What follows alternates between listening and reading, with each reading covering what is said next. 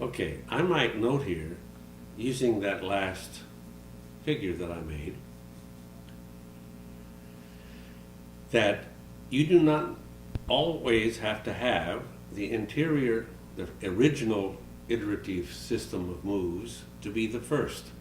For example, if I were to rotate 1/2 towards and then up and down as the original, you will see that I have a very different looking center, and then I can rotate away, away, away, away, and once, twice, up, down, rotate, rotate, rotate, original position, +2, up, down, rotate, rotate, rotate, original position, +2, and one last time to try to fill this little string up.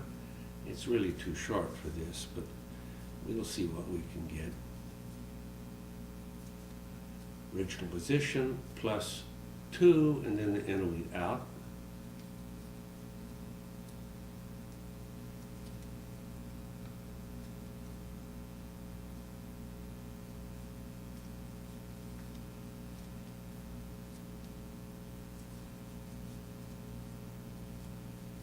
And power lift.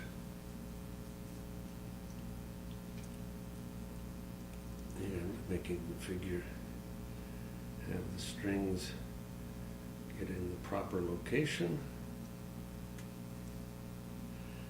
And you see that I have pretty much the same thing, except now my little strings in the center, the orange goes through the blue sine curves, and the blue goes through the orange sine curves, and I have this little three-dimensional square-looking thing, which is the center, which is, again, to me, totally unexpected.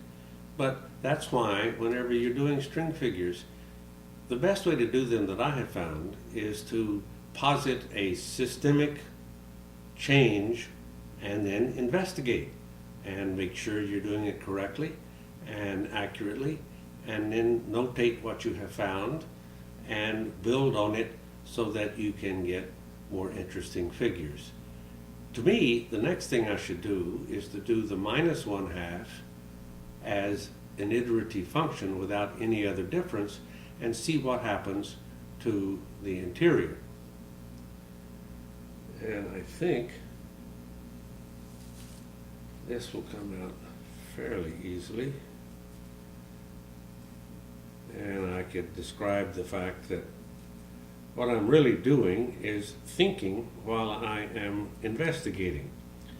And one of the things that you have to do whenever you're investigating something which takes this long to either make the individual figure and or to disentangle until you can begin to try to do the next figure, that you have to concentrate pretty well on exactly what you're doing so that you don't lose yourself in all of the complexities. Okay, now I'm coming back, and what I'm trying to do is to rotate the interior 1/2 towards me, -1/2, up, down, away,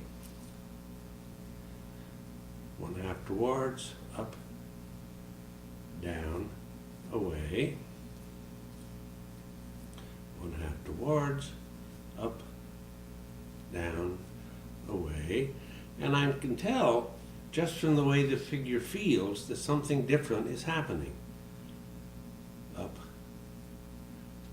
down, away. And so I'm going to stop it once to the original position, once, twice away, and finish with my interweave net.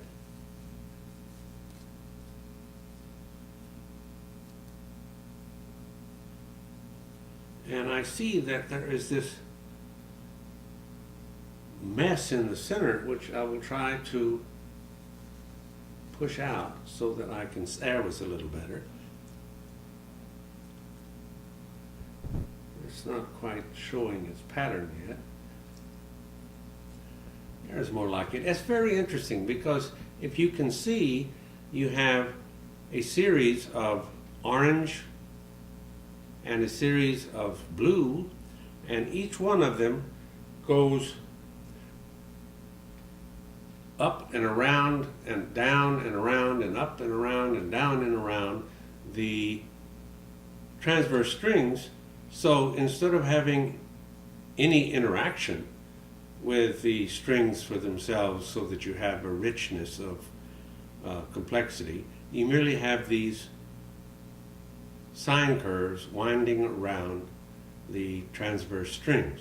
Again, an interesting observation, and if you'll remember the center of the figure that I just did, it comes from those two sine curves, if you will, wrapping around themselves.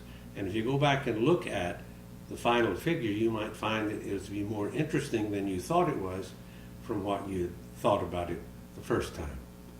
End of statement.